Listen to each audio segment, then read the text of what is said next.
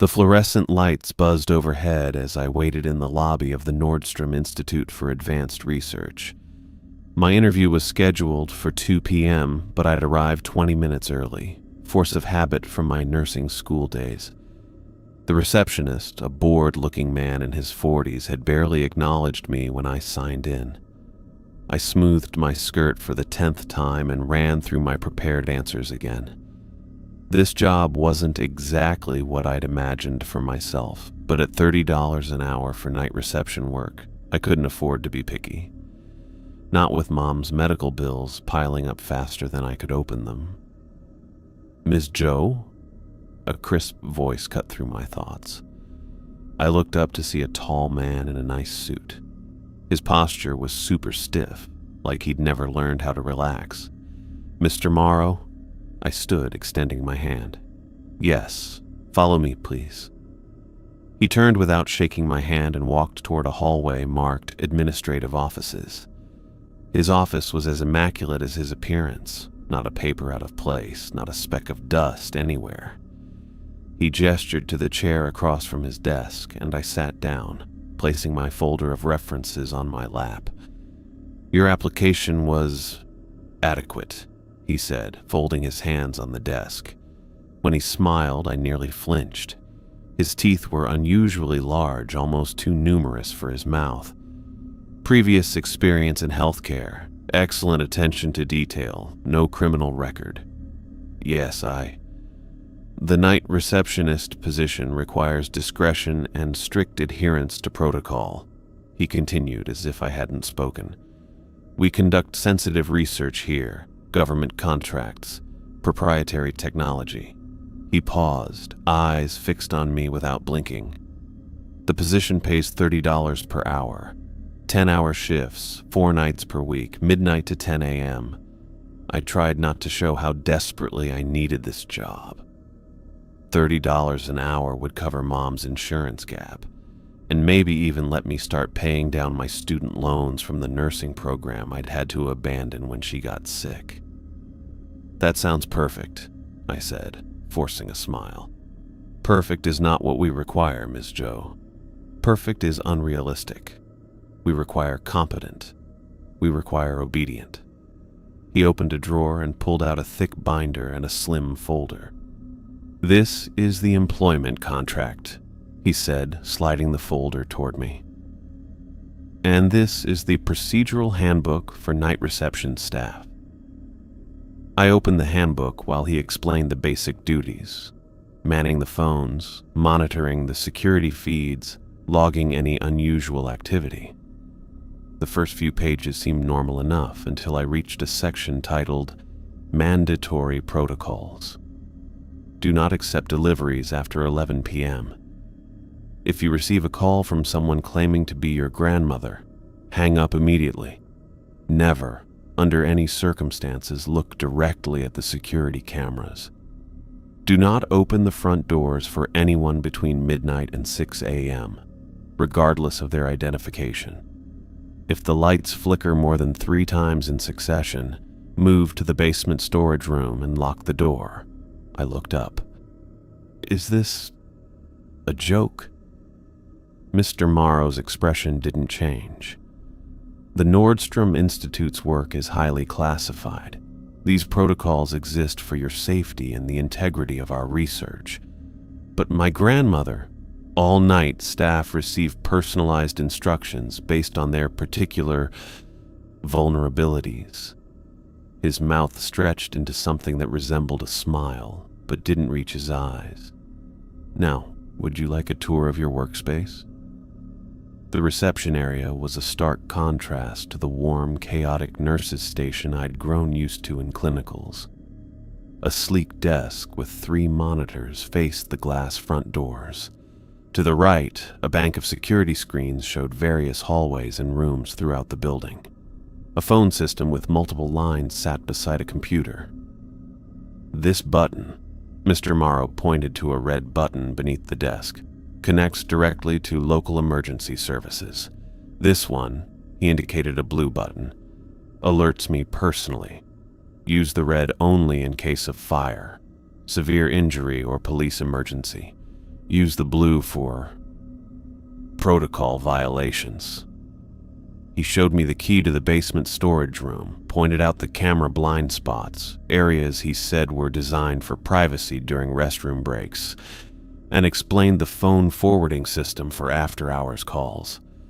Any questions, Miss Joe?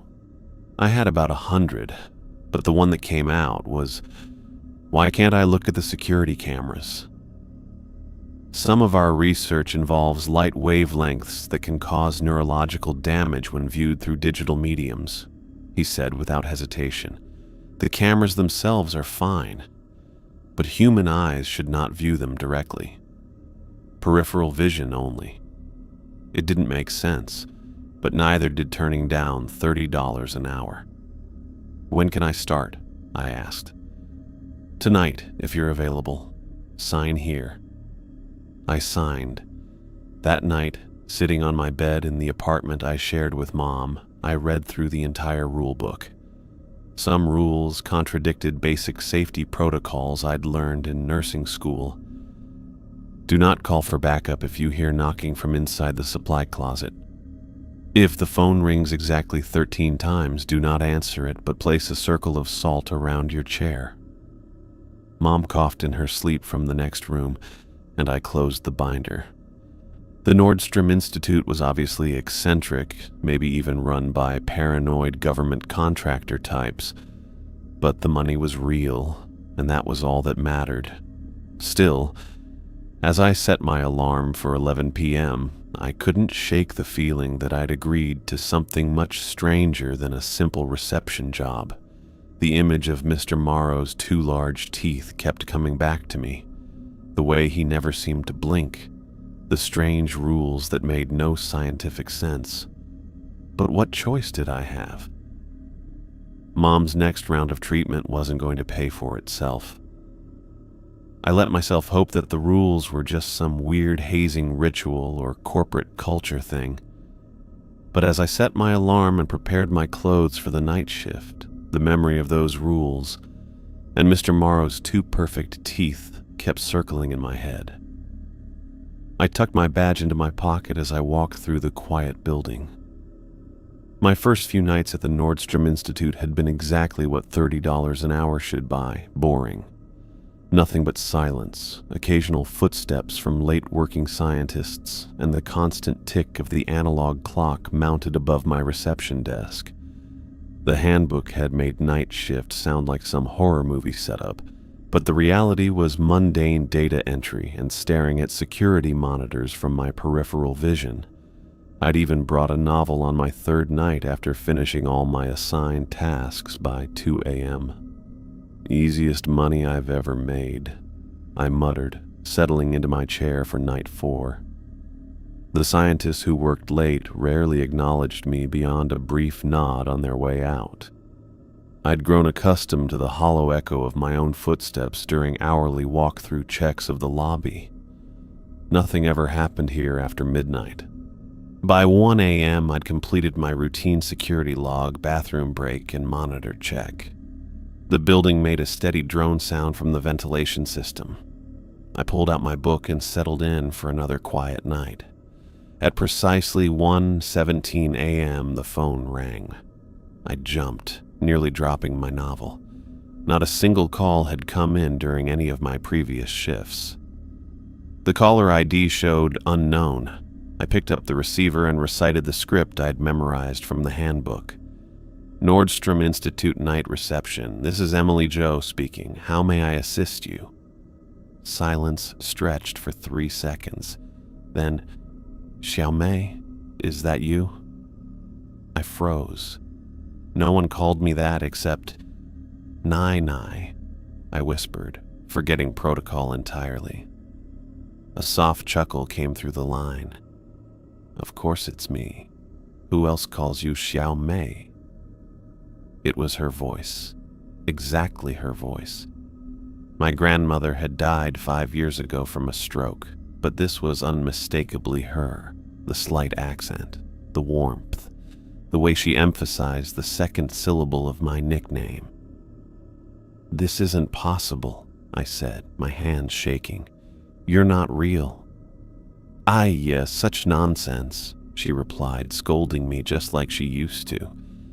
"Have you been eating properly? You sound tired." A coldness spread from my chest as I remembered the handbook rule. If you receive a call from someone claiming to be your grandmother, hang up immediately. But how could they have known it would be my grandmother? And how could whatever this was know exactly how she sounded? "I miss you," I said, unable to help myself. "But you're gone. You died." "Dead? Who told you such a terrible thing?" "I've been away. Yes, very far away, but I'm trying to come back to you." Her voice softened. "I need your help, Xiao Mei." My training, both as an almost nurse and as a night receptionist, screamed at me to hang up, but 5 years of grief kept my hand frozen on the receiver. "Your mother's jade pendant," the voice continued, "the one you wear. I gave it to you on your 16th birthday. You dropped it in the kitchen and chipped the corner. You cried, but I told you it was good luck because perfect things attract jealousy from spirits." My free hand flew to my neck where the pendant hung hidden beneath my blouse. The chip was there, exactly as she'd described. No one else knew that story.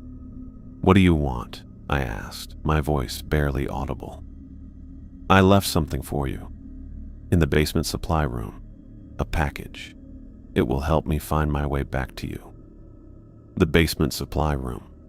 The same one Mr. Morrow had shown me, where I was supposed to go if the lights flickered. "I can't," I said, my brief compliance wrestling with renewed suspicion. "I'm not allowed to leave the desk." "Since when do you follow rules so strictly?" The voice laughed, and it was Nai-Nai's laugh, with a little snort at the end that always made me smile. "You were such a rebellious child. Remember when you cut your own bangs before New Year photos? Your mother was so angry, but I thought you looked cute." Another private memory. How was this possible? "The package, Xiao Mei. Please. I've been trying to reach you for so long. Just go check. 5th shelf on the left, behind the paper towels." My eyes darted to the security monitors. The hallways were empty. No one would know if I went quickly to the basement and back. Something clicked in my brain. The rules. The strange, specific rules that had seemed so bizarre when I first read them. If you receive a call from someone claiming to be your grandmother, hang up immediately. I swallowed hard. "I have to go now." "Wait." The voice changed subtly, a note of urgency creeping in. "Xiao Mei, please. I just need—" "Goodbye," I said, and hung up. My hand trembled as I released the phone. I sat motionless at my desk, staring at nothing for what must have been 20 minutes.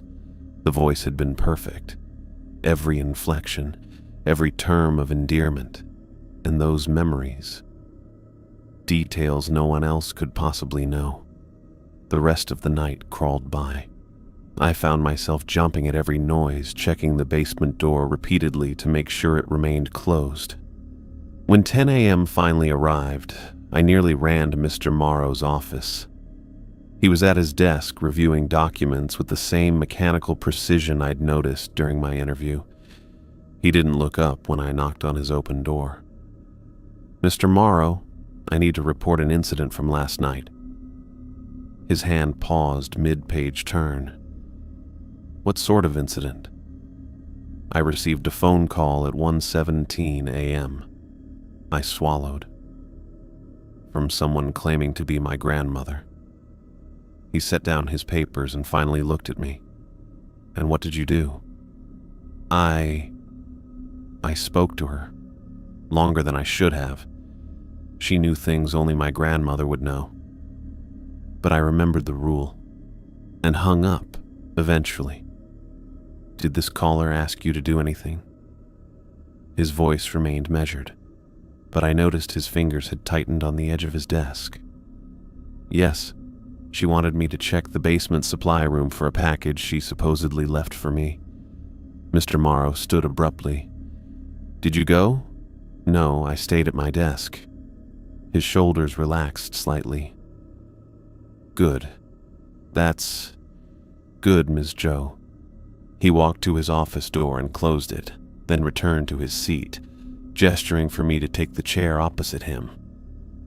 "The rules in your handbook are not arbitrary, Ms. Joe. They exist for your protection." "Protection from what exactly?" I asked.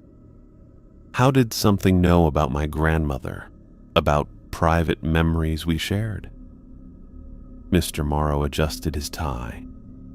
"The Nordstrom Institute researches phenomena that exist beyond conventional scientific understanding.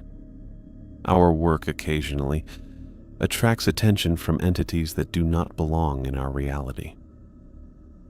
"Entities?" I repeated, my stomach turning. "What kind of entities?" "The kind that learn quickly and adapt to access points of emotional vulnerability." He leaned forward. "Tell me, if you had gone to that supply room last night, what do you think you would have found?" I shook my head. "I don't know. Nothing, probably. Or something wearing the appearance of your grandmother, perhaps." His mouth twitched in what might have been an attempt at sympathy. "These entities seek entry points. They study us, learn our weaknesses. That's why the rules exist." "So the handbook rules, they're based on previous incidents? Things that have happened to other night receptionists?" "Yes. Each rule corresponds to a documented encounter." He straightened a pen on his desk. "Ms. Joe, breaking protocol puts not only yourself at risk, but potentially everyone in this facility." I thought about the voice on the phone. So perfect, so familiar, yet asking me to break the rules.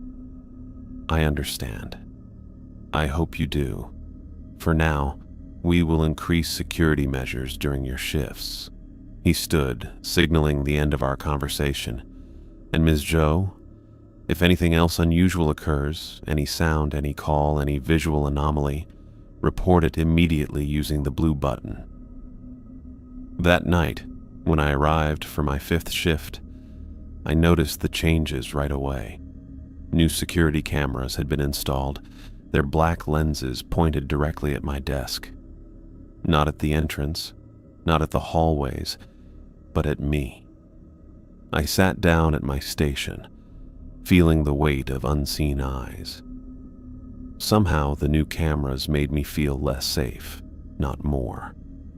As I logged into the system, I couldn't shake the memory of my grandmother's voice, so real and alive.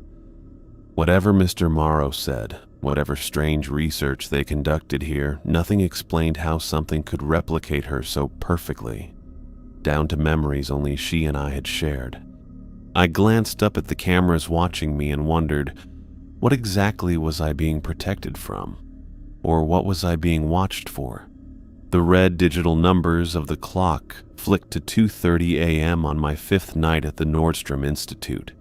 Rain pattered against the glass entrance doors, creating rivulets that distorted the view of the empty parking lot outside. I adjusted my position in the chair, trying to ignore the cameras Mr. Morrow had installed after my report about the phone call. Their lenses pointed directly at me rather than at the entrances they were supposedly protecting. My routine checks had been completed an hour ago, and the building had settled into that particular silence that exists only in the dead of night. Not truly quiet, but filled with the soft murmurs of ventilation systems and the occasional ping of metal expanding or contracting somewhere in the walls. The handbook sat open on my desk, its pages illuminated by the harsh glow of my computer monitors. A sharp knock cut through the ambient noise, startling me so badly I knocked over my water bottle. I scrambled to right it before it spilled across my desk, then looked toward the source of the sound. A woman stood outside the glass entrance doors. She wore a lab coat over business attire, her blonde hair darkened by rain and plastered against her head. Water dripped from her sleeves as she raised her hand to knock again, more insistently this time. I felt a jolt of panic as I recalled the explicit rule: do not open the front doors for anyone between midnight and 6 a.m., regardless of their identification. The woman pressed her face closer to the glass, cupping her hands around her eyes to see through the glare of the lobby lights reflecting on the wet surface. When she spotted me, relief washed over her features. She waved frantically. I rose from my chair but maintained my distance from the doors. The woman fished something from her lab coat pocket and held it up against the glass. An ID badge. From where I stood, the photo matched her face, though the rain-blurred plastic made the details difficult to discern. The name read, Dr. Suzanne Lang. I recognized the name. During my orientation, I'd scrolled through the employee directory while waiting for Mr. Morrow. Dr. Lang was listed as a senior researcher in biological systems. This woman matched the directory photo perfectly. She knocked again and mouthed words I couldn't hear through the thick glass, pointing to the door lock, then miming a key turning. She was locked out. I approached the intercom panel beside the door. Protocol didn't forbid communication, only opening the doors. I'm sorry, but I can't let anyone in between midnight and 6 a.m., I said through the speaker. Those are the rules. Dr. Lang's face registered confusion, then frustration. She pressed the exterior intercom button. Emily, right? I'm Dr. Lang.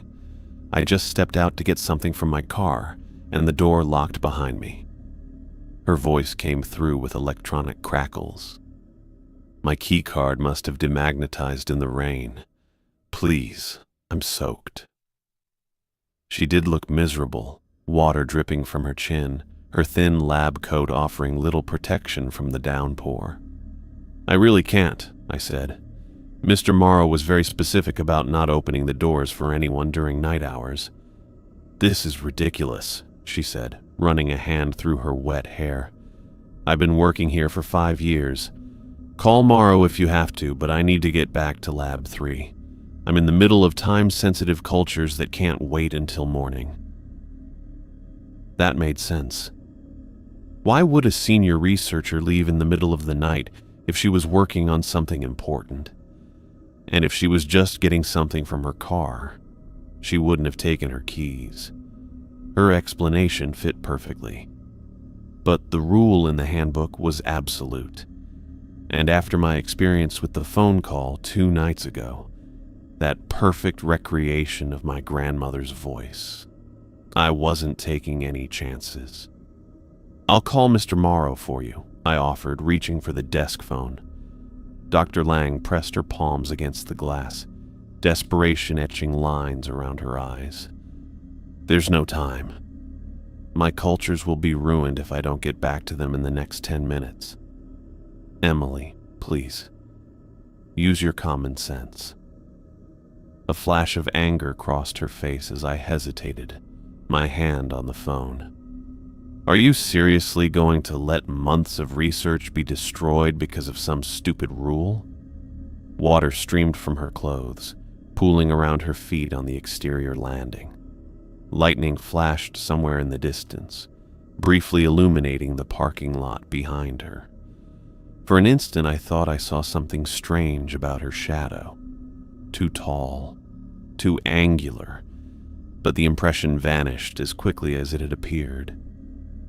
I'm calling Mr. Morrow, I repeated, picking up the receiver. My finger hovered over the blue button under my desk, the one for protocol violations. Dr. Lang's expression changed again. The anger drained away, replaced by something else, a complete absence of emotion. She straightened up, no longer shivering or showing any discomfort from the rain still pelting her. You should let me in, Emily Jo, she said, her voice eerily calm through the intercom.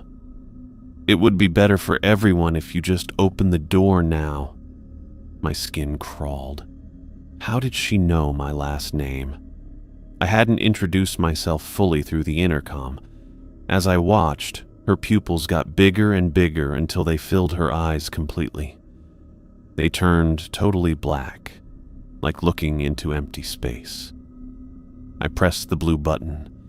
The phone rang once before Mr. Morrow answered, his voice crisp despite the late hour.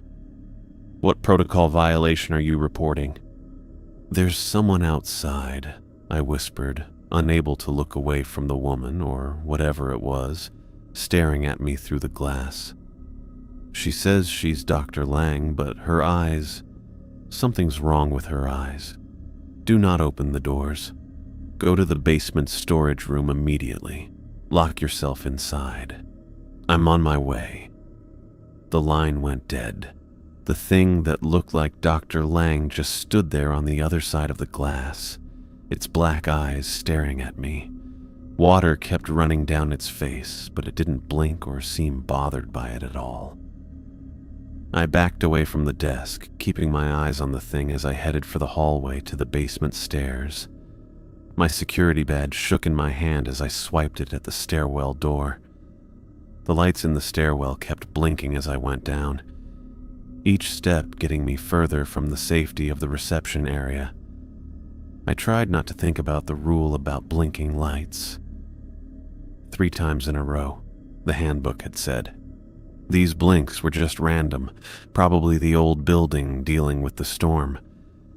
The basement hallway was dark, with emergency bulbs that barely lit anything up. The storage room door was at the end, a big metal slab with a heavy-duty lock. I struggled with the key Mr. Morrow had shown me during my first day, finally getting it into the lock with my shaky hands. Inside, the storage room was totally dark. I felt around the wall until I found the light switch. One bulb lit up shelves full of office stuff, cleaning supplies, and file boxes. The place smelled like dust and cleaning stuff. I pulled the door closed behind me and turned the deadbolt, making sure it was locked tight. Only then did I let myself breathe. The room didn't have any windows or other ways in besides the door. I was probably as safe as I could get, if whatever was upstairs couldn't break through metal. My phone couldn't get a signal in the basement. Mr. Morrow had mentioned that during my first day. I was totally cut off until he got here. Time crawled by in silence. I sat on some stacked copy paper boxes trying to figure out what I'd just seen. The woman looked exactly like Dr. Lang, even had the small scar on her chin that was in the directory photo. How was that possible? And those eyes? Nobody has eyes like that. A soft scratching noise broke the silence. I froze, listening carefully. The sound happened again, louder this time, something dragging against the metal door. "Ms. Joe," a voice called softly. "Emily, are you in there?" It wasn't Mr. Morrow's voice. It wasn't Dr. Lang's either. It was my grandmother's. "Xiaomei, why are you hiding? Let me in. I've missed you so much." The perfect recreation of Nai-Nai's voice made my chest tighten. Every cadence, every slight accent on certain syllables. It was flawless. "You're not my grandmother," I said, my voice surprisingly steady despite my racing heart. "My grandmother is dead." "I found a way back to you," the voice insisted. "But you have to open the door. Please, Xiaomei. I'm so cold out here." The scratching intensified like fingernails dragging across the metal surface. Then it stopped abruptly. "You're making a mistake," the voice said, dropping all pretense of warmth. Something heavy slammed against the door, making me jump. "Open the door!" The impact came again, the door shaking in place. I backed away until I hit the shelving units, knocking a box of paper clips to the floor. The pounding kept going for what felt like hours, but was probably only minutes. Between hits, I heard whispers in different voices. Sometimes my grandmother, sometimes Dr. Lang. Sometimes voices I didn't know at all. Then, just like that, the noises stopped. I stood frozen in the quiet room, trying to hear any sound from the hallway. Nothing. It was so quiet I started wondering if I'd made the whole thing up. Maybe stress and no sleep were making me see things. Maybe footsteps came from the corridor, slow and deliberate. A key turned in the lock. I grabbed a heavy stapler from a nearby shelf, the only thing I could use as a weapon. The door swung open, showing Mr. Morrow. His suit was perfectly neat as usual, like he didn't just throw it on in the middle of the night. The only sign he hurried was the bit of redness in his usually pale face. "Ms. Joe," he said, eyes sweeping the room. "Are you injured?" I lowered the stapler. No, I'm fine." "What was that thing? Is it gone?" He nodded once. "That thing's taken care of. We're safe now." "Entity?" The word seemed inadequate for what I'd seen. It looked exactly like Dr. Lang. "Not exactly," Mr. Morrow replied, adjusting his cuffs. "If you had looked more closely, you would have noticed discrepancies. These entities can approximate human appearance but lack certain subtleties." Its eyes turned completely black, I said. "Yes, that happens when they can no longer maintain the facade. Your refusal to allow entry, despite its attempts at manipulation, triggered that response." I stepped out of the storage room, eager to leave the cramped space. The basement corridor was empty, no sign of whatever had been scratching at my door minutes earlier. "What about the voices?" I asked as we walked toward the stairs. It spoke with my grandmother's voice, the same as the phone call the other night. Mr. Morrow stopped at the bottom of the stairs. "These things get into your memories and emotions. They trick you by sounding like people you know, just to get you to break the rules. But how do they know?" "That is precisely what our research at the Institute aims to understand," he interrupted. "The specific mechanisms by which these intrusions occur." As we climbed the stairs, a thought struck me. "Dr. Lang, the real Dr. Lang, is she okay?" "Dr. Lang is currently at a conference in Geneva. She's been there for the past week." Mr. Morrow's face remained expressionless. "The entity chose her identity because she has the necessary clearance to access all areas of the facility." We reached the reception area. The rain had stopped, and through the entrance doors I could see the parking lot was empty. No sign of the woman, the entity that had stood there earlier. "You performed admirably tonight, Ms. Joe," Mr. Morrow said, stopping at my desk. "Few night receptionists have demonstrated such adherence to protocol during their first encounter. The casual implication that these encounters were expected made my skin crawl." "First encounter? You mean this will happen again?" "The protocols exist for a reason," he replied, neither confirming nor denying. "Continue to follow them and you will remain safe." He reached into his jacket pocket and withdrew an envelope. "For tonight's inconvenience, a bonus, as specified in your contract." I took the envelope automatically. Inside was a check for $500. "The remainder of your shift has been canceled," he continued. "You may go home. Return tomorrow night at the usual time." As he turned to leave, I found my voice again. "Mr. Morrow, what exactly does the Nordstrom Institute research?" He paused, his back to me. "Reality, Ms. Joe. The places where it thins." Without saying more, he walked away, his steps fading in the empty lobby. I grabbed my stuff with shaking hands.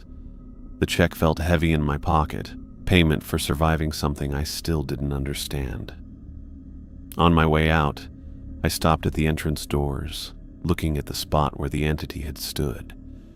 A small puddle of water remained on the exterior landing, the only evidence that anything had been there at all. 2 nights passed since my encounter with the thing that had worn Dr. Lang's face like an ill-fitting mask.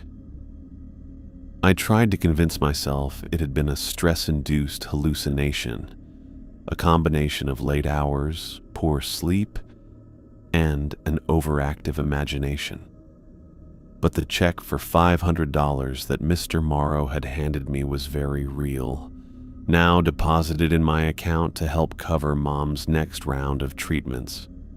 I pulled into the Institute's parking lot just before midnight, clutching my travel mug of coffee tighter than necessary. The building stood before me, windows dark except for the soft glow of the lobby where I'd be spending the next 10 hours. The moment I stepped inside, I noticed changes. A small red button had been installed under the lip of my desk, positioned for easy access. A note in Mr. Morrow's precise handwriting sat beside my keyboard. Emergency panic button. Press for immediate response. New protocol addendums in Handbook Section 7.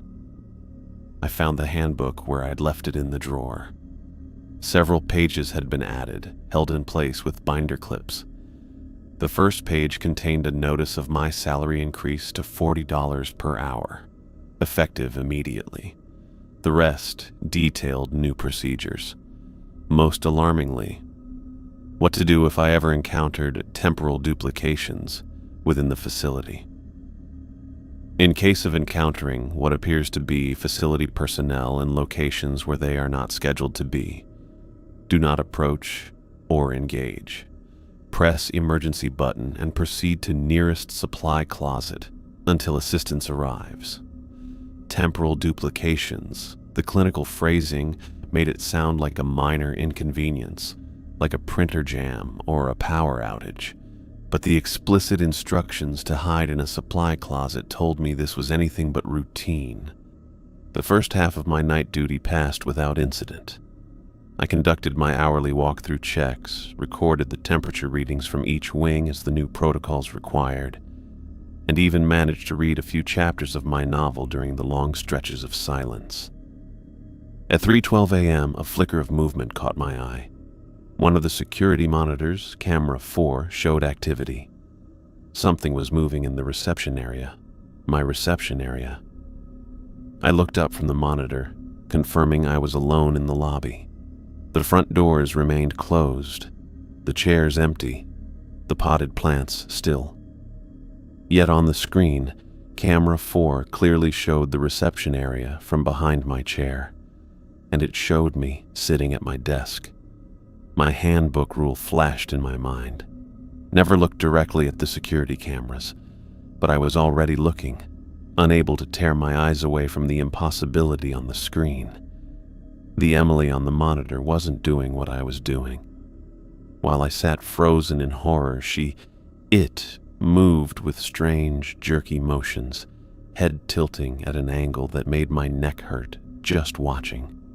It shuffled papers on the desk, picked up the phone without dialing, set it down again. Then it stood, slowly, mechanically, as if unfamiliar with how joints and muscles work together. It turned toward the camera. It smiled. The smile stretched too wide, revealing too many teeth, arranged in a way that human teeth simply don't grow. The eyes bulged slightly, unblinking. And then, still smiling at the camera, at me, my doppelganger walked to the front doors, pushed them open without using a key card, and walked out into the night. The monitor showed the empty desk for nearly a full minute before returning to its normal cycle of different areas in the building. The phone rang, slicing through the silence. I jumped, knocking my knee against the underside of the desk. The caller ID displayed Morrow, Hello? My voice sounded like it belonged to someone else. Miss Joe." Mr. Morrow's voice was tight. "Why have you left your post?" I didn't. I'm at my desk right now." A pause. "Our security system indicates the front doors were opened from the inside 3 minutes ago. The motion sensors show movement heading toward the parking lot." My mouth went dry. "Mr. Morrow, I've been sitting here the whole time, but I saw myself on camera 4. It looked like me, but it wasn't me. It left through the front doors." Another longer pause.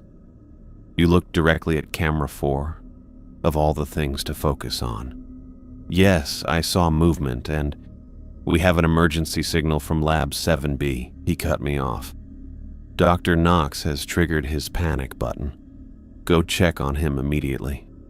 "But the thing that looked like me is no longer in the building. Dr. Knox may be in danger. Go now, Ms. Joe. Use the stairwell at the end of the east corridor." The line went dead before I could protest. I hesitated only briefly before grabbing my keycard and hurrying down the east corridor. Whatever had walked out of the building looking like me was gone, but Dr. Knox needed help now. The stairwell led to a floor I hadn't visited during my orientation. Unlike the polished, minimalist aesthetic of the lobby and main research areas, this level had exposed pipes running along the ceiling and bare concrete floors. Signs with lab designations were stenciled directly onto the walls. Lab 7B was at the end of the hall, its door slightly ajar. A red light above the frame blinked steadily, the emergency signal. "Dr. Knox," I called, pushing the door open wider. "It's Emily Joe from reception. Mr. Morrow sent me to check on you." The lab was a maze of equipment I couldn't identify. Tall machines with blinking lights, tables covered with papers and tablets, and screens displaying incomprehensible data. The air smelled like ozone and something metallic.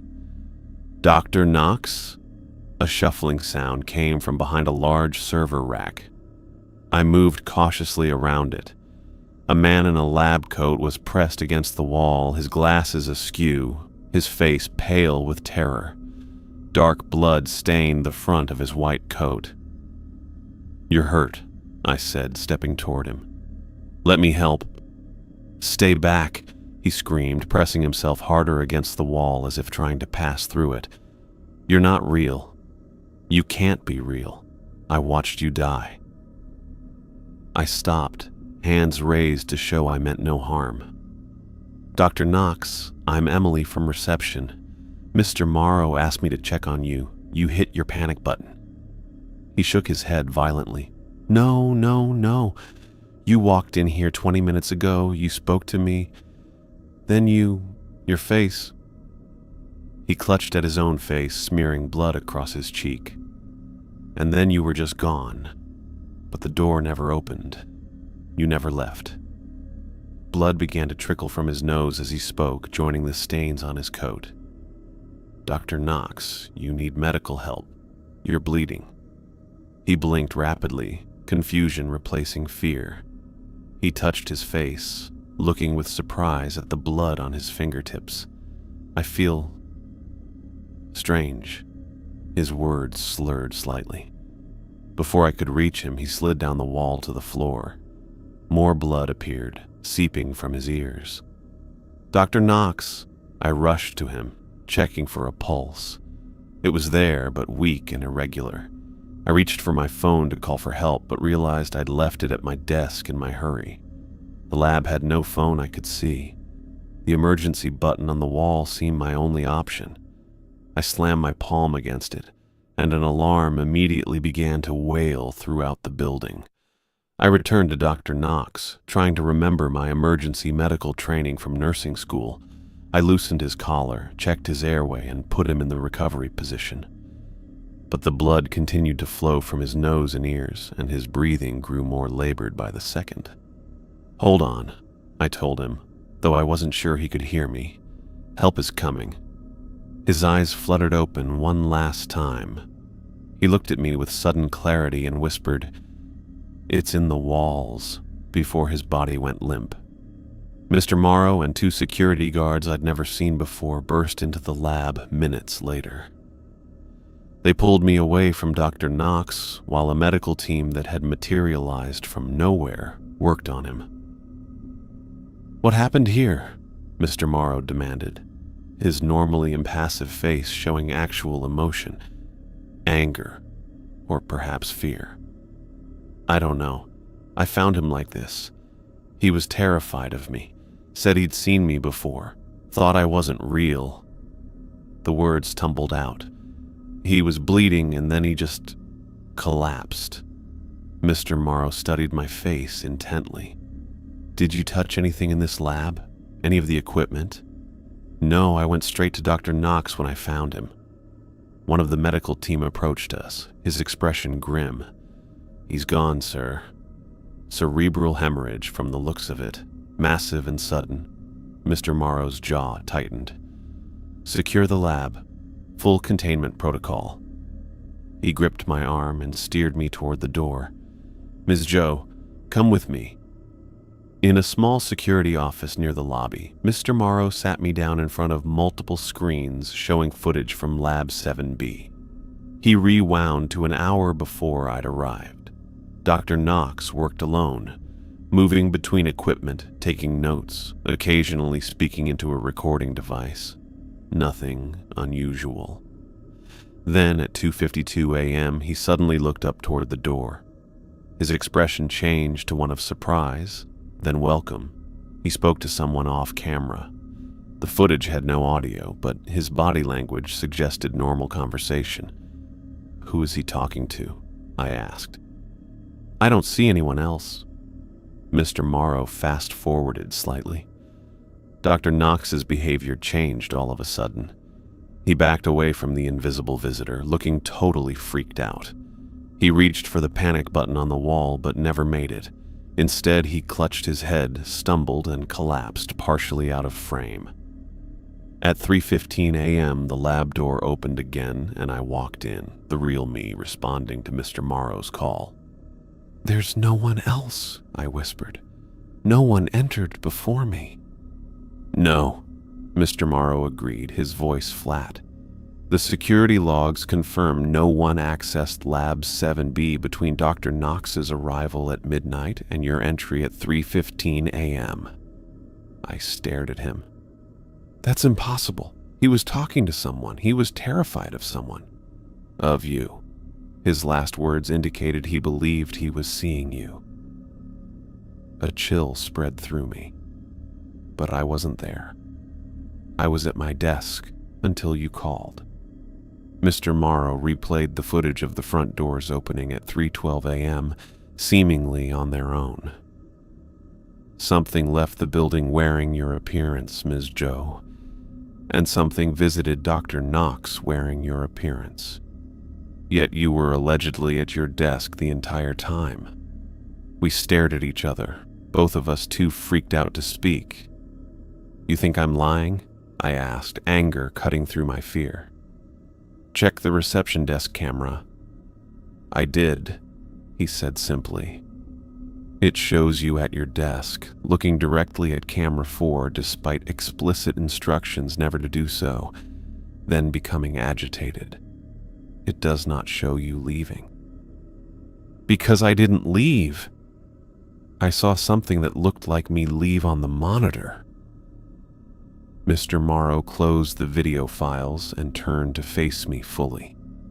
"In the 3 years of the Nordstrom Institute's operation, we have documented 17 instances of temporal duplications. In 15 of those cases, the staff member in question had no memory of being in 2 places at once. In the remaining 2, he trailed off." "What happened in the remaining 2? I demanded. "The staff members were not who they appeared to be." His eyes, cold and assessing, never left my face. "Tell me, do you feel any different since you arrived tonight? Any gaps in your memory? Any moments of discontinuity?" "No." But even as I denied it, A seed of doubt took root. Could I trust my own perception after what I'd seen on that monitor? After what happened to Dr. Knox? Mr. Morrow seemed to read my thoughts. You'll undergo a full biometric scan before leaving today. Until then, you'll remain under observation. Am I a prisoner now? You're a potential security breach, Ms. Joe. He stood straightening his already perfect suit. But also our best witness to whatever killed Dr. Knox. So you will finish your night duty, under guard, and we will review all footage again in the morning. As he left me alone in the security office with a stone-faced guard by the door, one thought kept circling in my mind. The thing I saw on the monitor had my face, my clothes, my body, but it wasn't me. The guard outside the security office door refused to meet my eyes. I sat stiffly in the uncomfortable chair, replaying the footage of Dr. Knox collapsing over and over in my mind. 3 hours passed before Mr. Morrow returned. You're dismissed for the night, Ms. Joe, he said, his face betraying no emotion. We'll contact you regarding your next shift. That's it? I stood up, my limbs stiff from sitting so long. A man died and you're just sending me home? Dr. Knox's death requires a thorough investigation. The Institute will temporarily suspend operations. He held the door open, clearly expecting me to leave without further questions. The security guard escorted me to my car. As I drove home through the pre-dawn darkness, my hands trembled on the steering wheel. Something wearing my face had walked out of the building. Something wearing my face had visited Dr. Knox before he died, and now a man was dead. Mom was still asleep when I got home. I left a note saying I'd taken extra shifts and needed to sleep during the day. Then I locked my bedroom door, drew the blinds, and lay awake staring at the ceiling, wondering if I'd ever feel normal again. 2 days later, a text message arrived from an unknown number.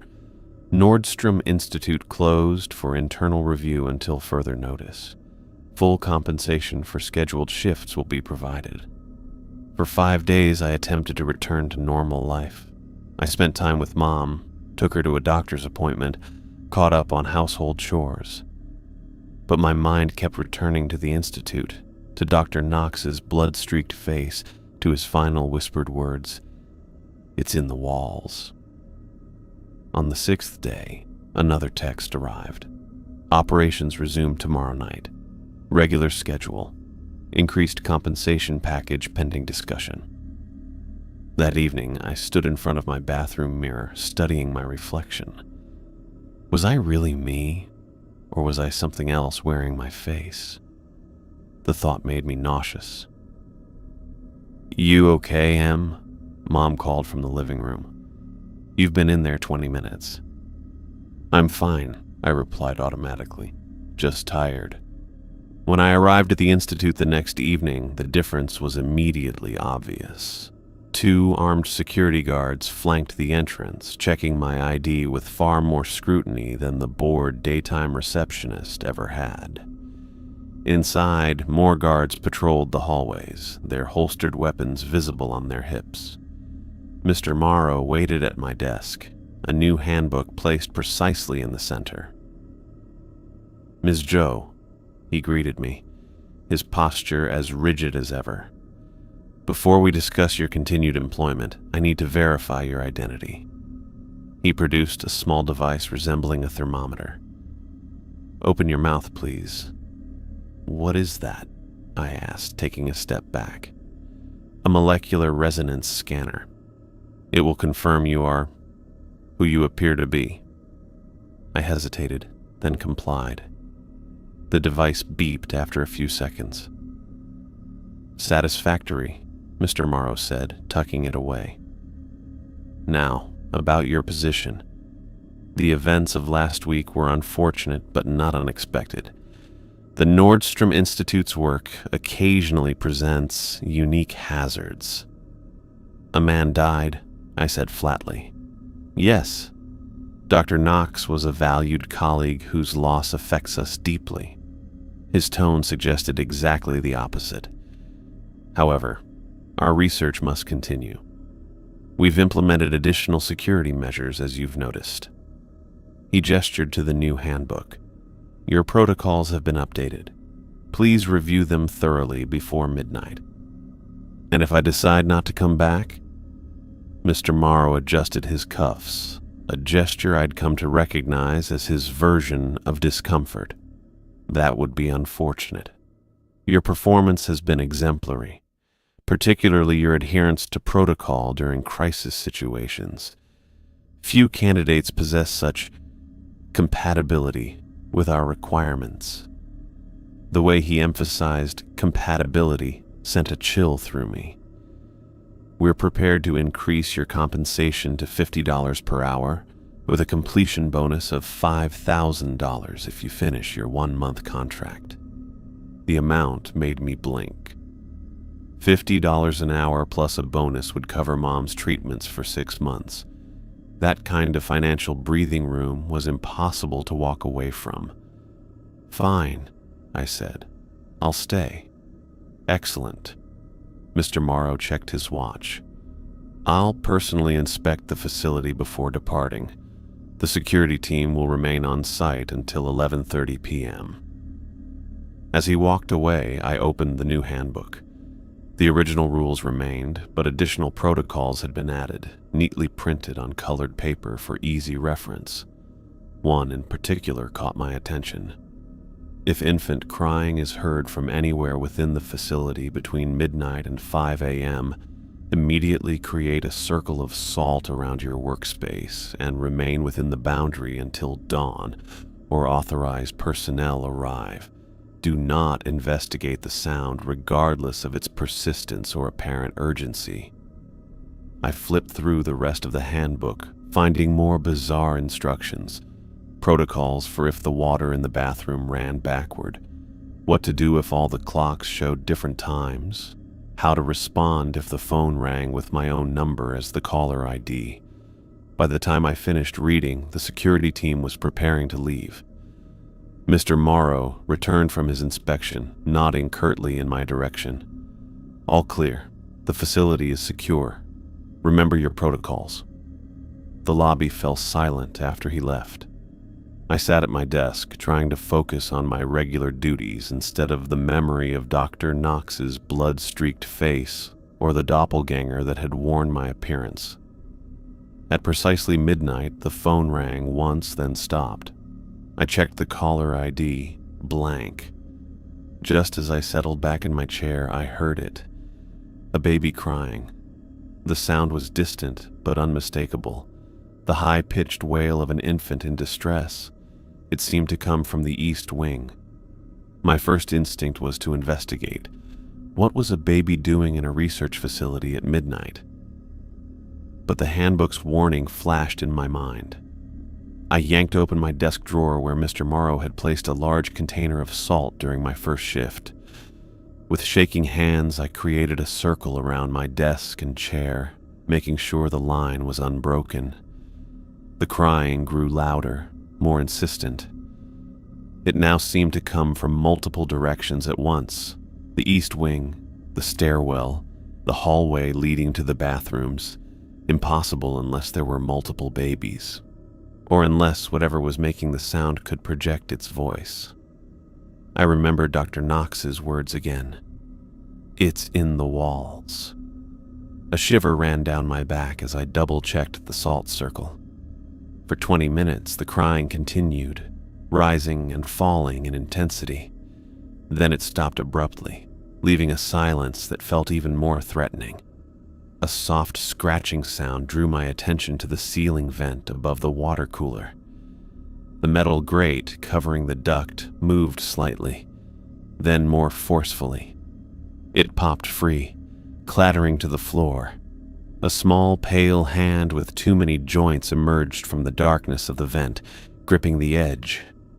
Another hand followed, then a head that resembled a human infant's, but wrong in ways that made my stomach turn. Its skin was nearly translucent. blue veins visible beneath.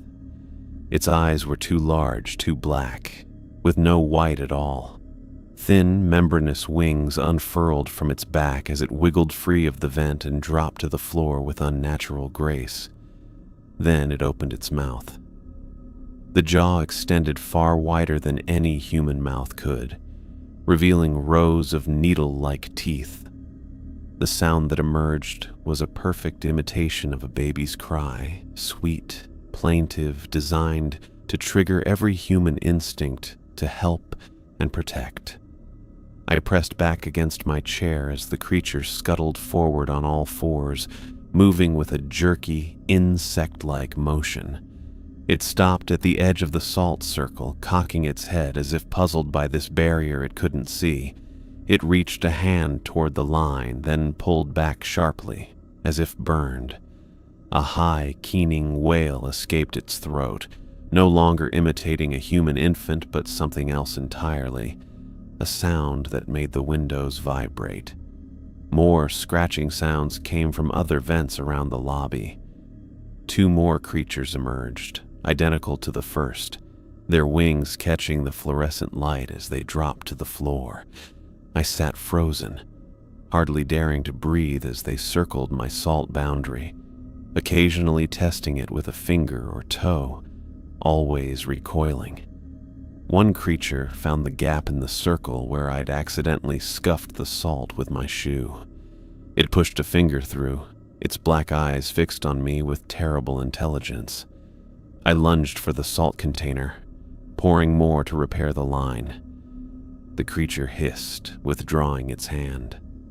For the next 7 hours, I remained absolutely still within my salt circle while the creatures prowled around it.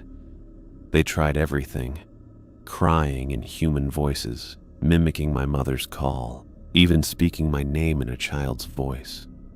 "Emily. Help me, Emily."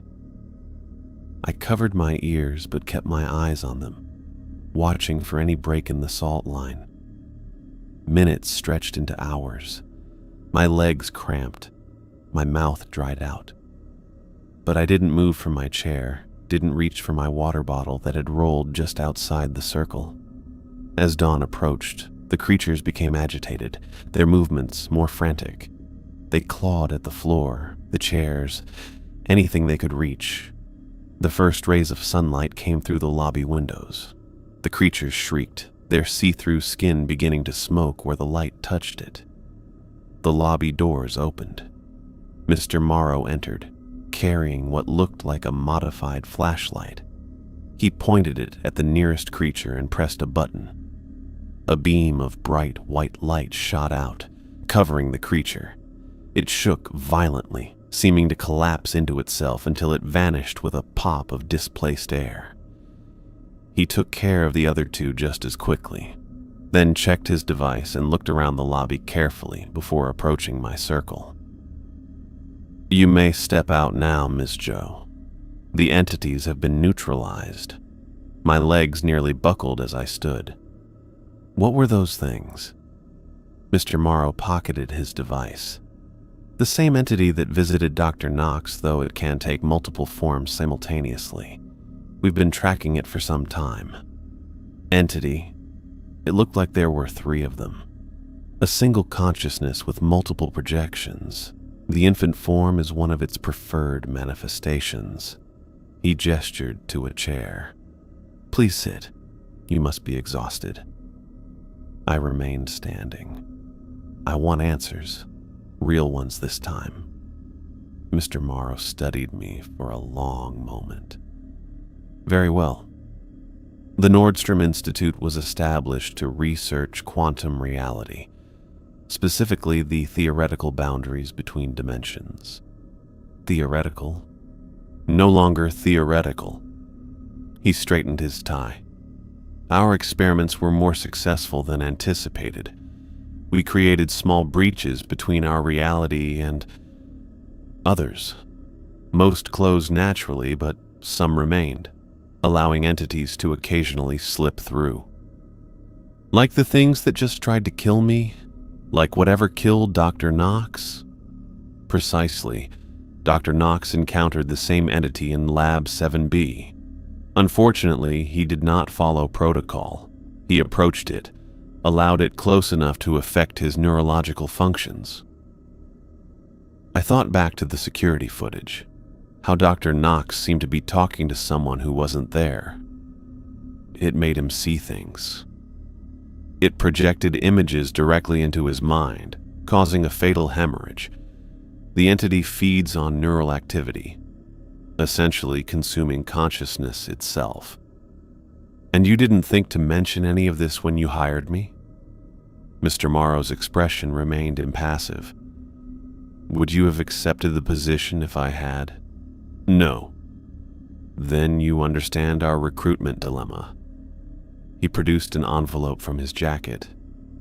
Your new contract reflecting the increased compensation. $50 per hour with a $5,000 bonus upon completion of the month. I stared at him. After what just happened, you think I want to stay. I think you need the money for your mother's treatments. And I know we need someone with your particular resilience. He placed the envelope on the desk. The entity was attracted to you specifically, Ms. Joe. Your presence acted as a lure, keeping it contained in the lobby rather than roaming the facility. That makes you extremely valuable to our containment efforts. You're using me as bait, I said, the realization making me feel ill. I prefer to think of it as utilizing your natural compatibility with our research requirements. He gestured to the salt circle. The protocols work when followed correctly. You are in no danger as long as you adhere to them. And if I refuse, then we accept your resignation and seek another candidate. His tone made it clear what typically happened to those replacements. The envelope sat on the desk between us.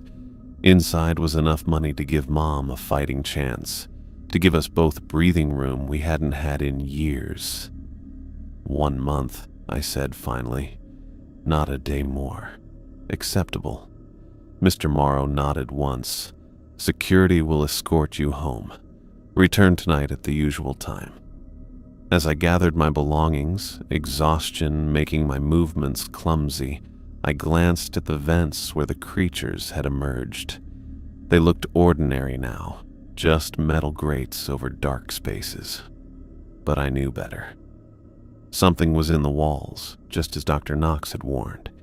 And for the next 3 weeks I would be sitting alone in a building full of holes in reality, with only a circle of salt between me and whatever might crawl through.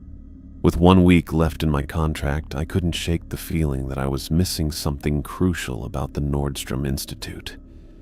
The $50 hourly wage had helped Mom start a promising new treatment, but the cost was my peace of mind.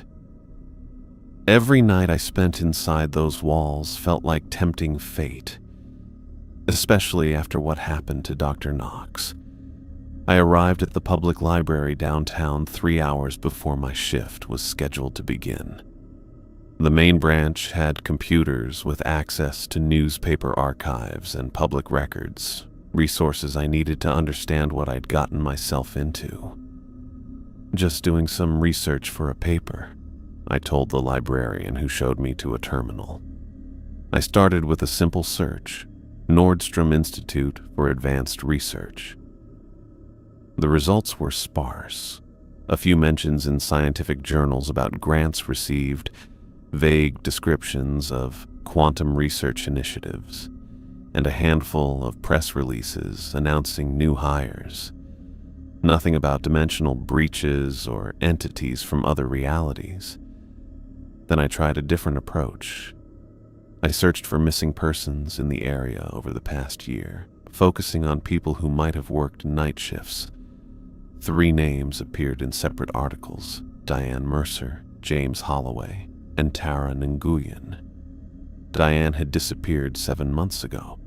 Her car was found in the parking lot of her workplace, but the article didn't specify where she worked. James vanished 4 months later, last seen leaving his apartment for a new night job he'd been excited about. Tara's disappearance was more recent, just 2 months ago. Her roommate reported she never returned from her overnight shift. My fingers trembled as I clicked through to Tara's social media profile, still active though abandoned. Her last post was a complaint about having to memorize weird rules for her new job. A comment from a friend asked where she was working, but Tara never replied. I searched for combinations of their names with the Nordstrom Institute. Nothing direct appeared, but a local news blog mentioned Diane's car being found near the research park on Westlake Drive, the same area as the Institute. Next, I looked into Mr. Morrow himself. The Institute's website listed him as founder and director, with a biography so vague it could have described anyone. Degrees from prestigious universities, previous work in advanced governmental research, publications in classified journals. A deeper search revealed he had worked at DARPA, the Defense Advanced Research Projects Agency, for 15 years before founding the Nordstrom Institute. The transition happened abruptly 5 years ago, with no explanation for why he left government work to start a private research facility. I found a photo from a DARPA conference dated 6 years ago. Mr. Morrow stood in a group of scientists, his posture as rigid as ever, his smile as empty. But something about the image caught my attention. I zoomed in on his face. His teeth looked normal, not the too large, too numerous teeth that had disturbed me since our first meeting. Just ordinary human teeth. I printed everything I could find and tucked the papers into my bag. As I left the library, I checked the time. Still 2 hours before my shift. On impulse, I drove to the county records office. The clerk looked bored as I requested property records for the Nordstrom Institute building. Research for a real estate class, I explained, with a smile I didn't feel. The records showed the building was built 3 years ago, with permits filed by Nordstrom Research Holdings LLC. The company was registered to Oscar Morrow, with no other officers listed. The land used to belong to the federal government, specifically to a DARPA testing facility that had been shut down. I got to the Institute 15 minutes before midnight with tons of questions running through my head. The regular security guards checked my ID and just nodded as they let me through. The night shift started normal for the first hour. I did my rounds, checked the security feeds, and wrote down the environmental readings like I was supposed to. But tonight, I had something else in mind. At exactly 1:17 a.m., the same time I'd gotten that first call from whatever was pretending to be my grandmother, I looked right into camera 4. The handbook specifically said not to do this. I stared into the lens, counting seconds, waiting for something to happen. Nothing did. I tried camera 2, then camera 7, looking straight at each one. Still nothing. Either the rule was pointless, or whatever the cameras did wasn't obvious right away. Then I spotted it. A small red light had turned on near the wall behind the reception desk, next to what I thought was a thermostat. I walked up to it slowly. It wasn't a thermostat at all, but a small panel with a fingerprint reader. I only paused for a second before pressing my thumb against it. The panel beeped, and a chunk of wall slid open, showing a narrow hallway I'd never seen before. I felt my pulse quicken as I stepped inside. The hallway had blue lights running along the floor. It ended at a heavy metal door with another fingerprint reader. I pressed my thumb against it, and it clicked open. The room on the other side looked nothing like the clean, simple style of the rest of the Institute. It was like a control center from a movie, rows of computers, several big screens on the walls, and in the middle, a 3D display showing what looked like the building's layout. But what freaked me out were the screens. Each showed a different view of the reception area, my reception area. And in each one, I could see myself. Except it wasn't exactly me.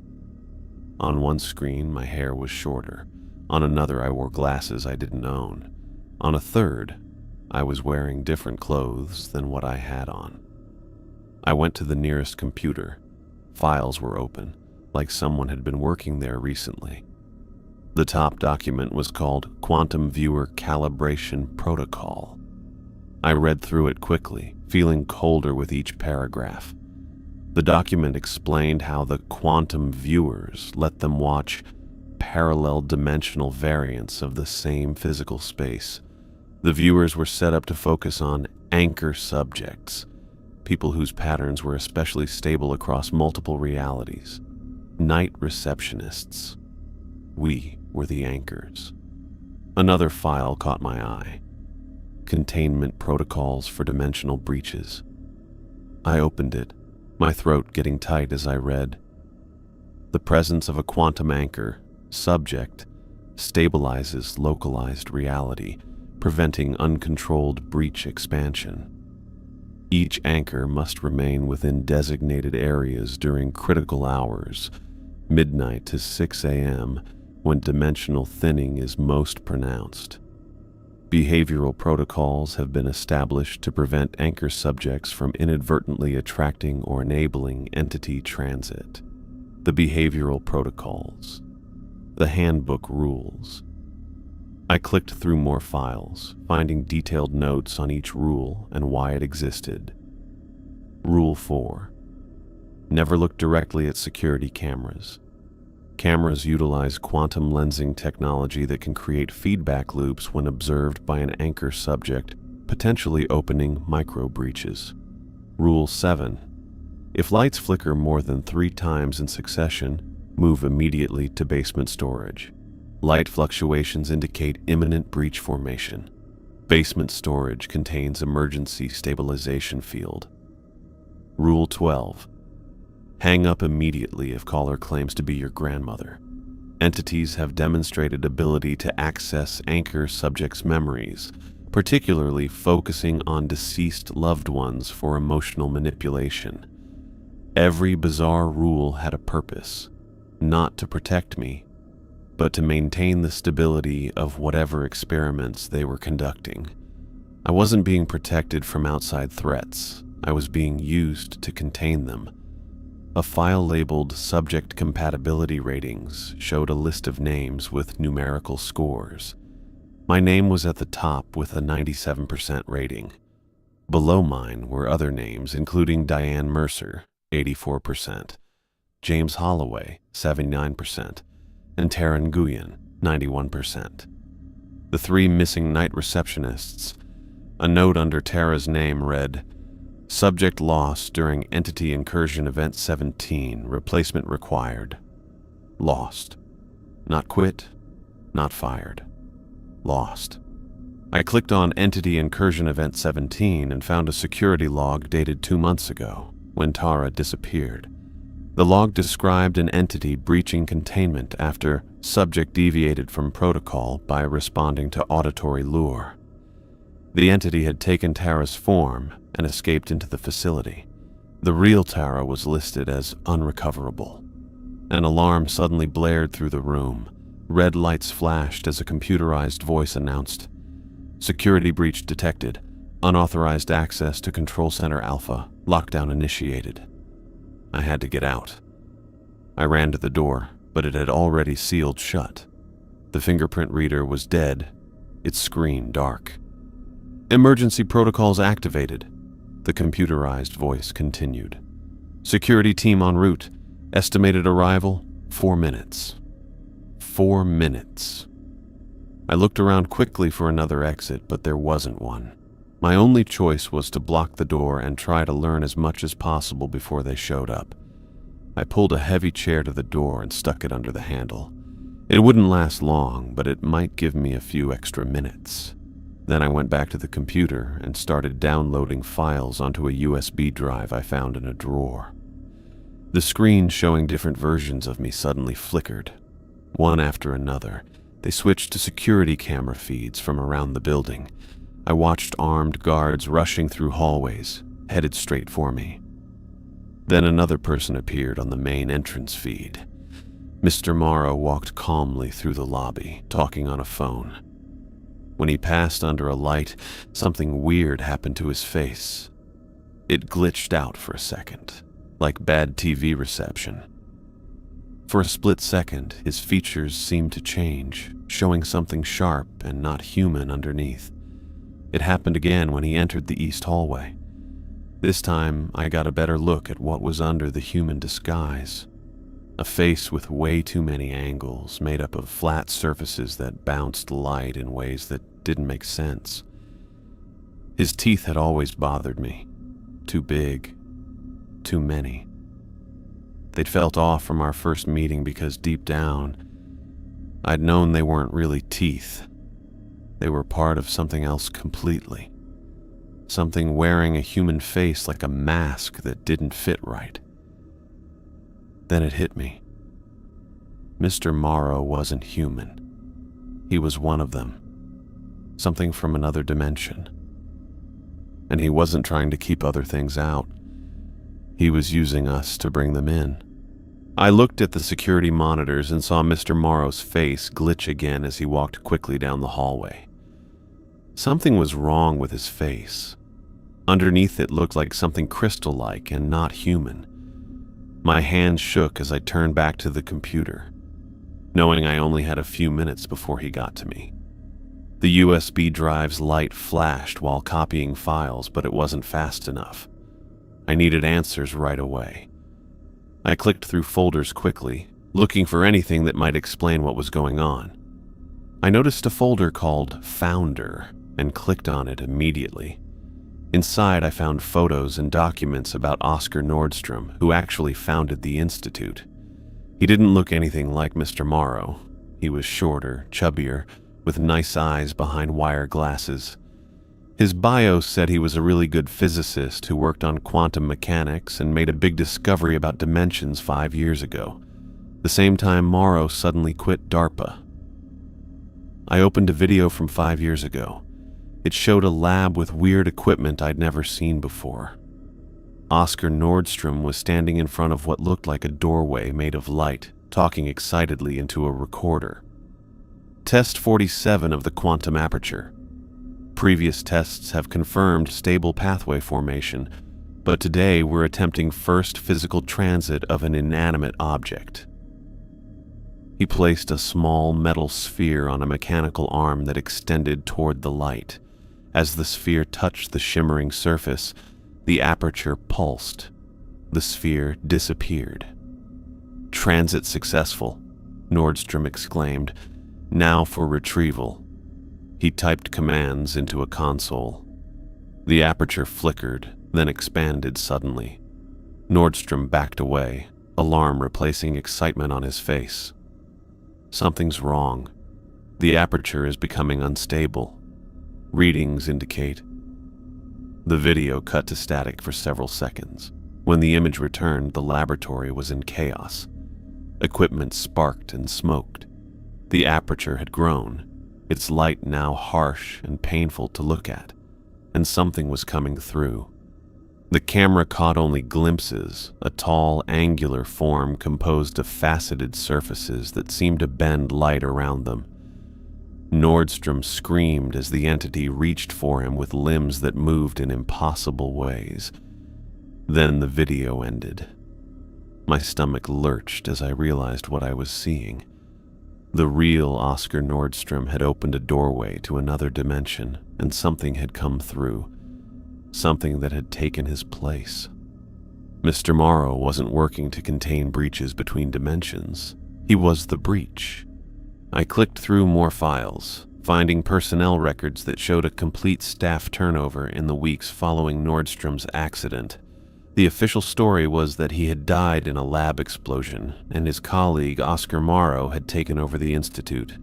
No one had questioned it. Another folder contained detailed analyses of night receptionists, dozens of them over the past 5 years. Each file included psychological profiles, family connections, financial situations, and vulnerability assessments. My file was open in another window, with notes about my mother's illness and my exceptional desperation threshold. They hadn't hired me for my qualifications. They'd hired me because I was too desperate to quit, no matter what happened. A document titled Harvesting Protocol made my blood run cold. It detailed how the entities Mr. Morrow brought through the breaches were captured and processed in a facility beneath the Institute. The purpose was listed as essence extraction for dimensional stabilization. He wasn't just bringing them through, he was feeding on them. The alarm continued to blare as I searched for anything that might help me escape. A file labeled Emergency Protocols contained instructions for various scenarios, including containment failure and entity incursion. I clicked on Dimensional Stabilizer Override, hoping it might offer a way out. The document explained that the Institute was built on a network of quantum stabilizers that maintained the integrity of our dimension against incursions. These stabilizers could be disabled from the control room in case of catastrophic breach, allowing for total dimensional reset. A plan formed in my mind, desperate and dangerous, but possibly my only chance. If I disabled the stabilizers, the carefully maintained boundaries between dimensions would fluctuate. Mr. Morrow would lose control of whatever he was doing here. I found the stabilizer controls on a separate terminal. They required an authorization code, but a quick search through Nordstrom's personal files revealed his original password, his wife's birthday followed by his dog's name. I entered it, praying it hadn't been changed. The screen flashed green. Stabilizer override authorized warning. Disabling stabilizers will result in dimensional instability. Proceed? I clicked. Yes, just as pounding began on the control room door. Ms. Zhou, Mr. Morrow's voice came through, eerily calm despite the situation. Open this door immediately. You don't understand what you're doing. I understand exactly what I'm doing, I muttered, watching as the stabilizer status indicators changed from green to red one by one. The effect was immediate and terrifying.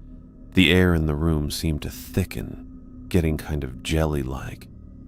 Colors changed, becoming too bright, then too dull. The walls seemed to move in and out. The pounding on the door stopped. Then a voice that was no longer trying to sound human spoke, its tones overlapping like multiple people talking at once. You have made a grave error. The stabilizers were not just containing other entities. They were containing me. The door exploded inward, the metal twisting as if made of paper. The chair I'd used as a barricade flew across the room, narrowly missing my head. Mr. Morrow, or what had been pretending to be Mr. Morrow, stood in the doorway. His human disguise was failing completely now. His suit rippled as the thing beneath it changed and grew bigger.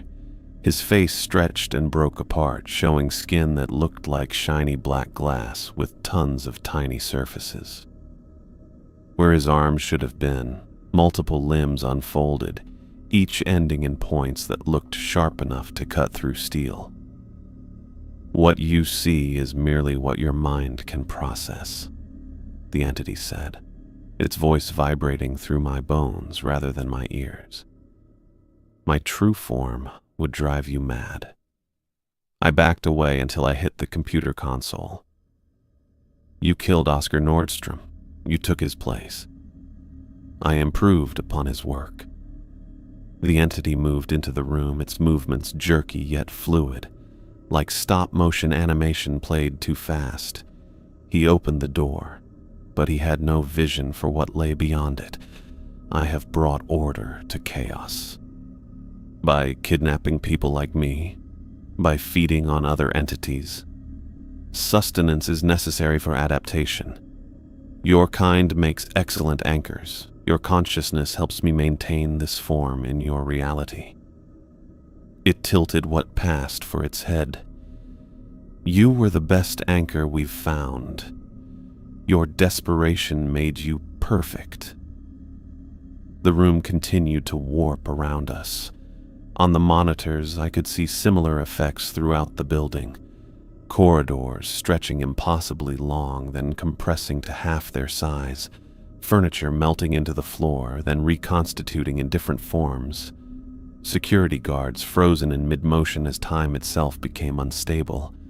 I needed to act fast before reality collapsed completely. I turned back to the terminal and accessed the final emergency protocol: quantum loop containment. That will trap you as well, the entity warned, moving closer. The loop will hold us both until the dimensional reset completes. Better trapped than whatever you had planned for me. I entered the activation sequence. The air crackled with energy as a field of blue light expanded from the ceiling, enclosing both of us. Outside the field, time seemed to slow to a crawl. Inside, the entity and I existed in a bubble of normal time, a quantum loop separated from the rest of reality. "You've doomed us both," it said, its faceted surface reflecting the blue light in hypnotic patterns. "When the reset completes, this entire facility will be purged from this dimension. Unless we stabilize it first." I pointed to the monitor showing the dimensional stabilizer controls. "I can reactivate them remotely, but only if all breaches are sealed, including you." It made a sound like breaking glass. Laughter, I realized with a shudder. "You offer me a deal? How human." "Safe passage back to your dimension in exchange for sealing the breaches permanently." I tried to keep my voice steady despite my terror. "Otherwise, we both get erased when the reset completes." The thing changed shape again, getting a little smaller. "You cannot comprehend what I am, what I have accomplished here. I know enough. You've been capturing entities from other dimensions, extracting something from them to maintain your presence here. You've been using people like me as bait, as anchors. And when we outlive our usefulness, we disappear." The monitors showed reality continuing to deteriorate throughout the facility. Walls phased in and out of existence. Gravity reversed in some areas, sending furniture floating toward the ceiling. In one corridor, a security guard aged decades in seconds, then reverted to a child, then back to an adult. "The reset will complete in 5 minutes," I said, checking the countdown on the screen. "Decide now." The entity stayed quiet for a bit, its faceted surface changing to colors I couldn't even name. Finally, it spoke. "I accept your terms. I will return to my dimension and seal the breaches." I used the dimensional controls and started up the sequence Nordstrom made for opening portals. A glowing doorway like the one we saw in the video showed up at the far end of the control room. "You first," I said, not trusting the entity to keep its word if I gave it control too soon. It moved toward the opening, stretching out as it got closer to where it came from. Right before going through, it turned back to look at me, its surface changing to look like a human face, like Mr. Morrow. "You are more valuable than you know, Emily Jo. In all the dimensions we've explored, your quantum signature is unique. We will find you again. Not if I close the door for good."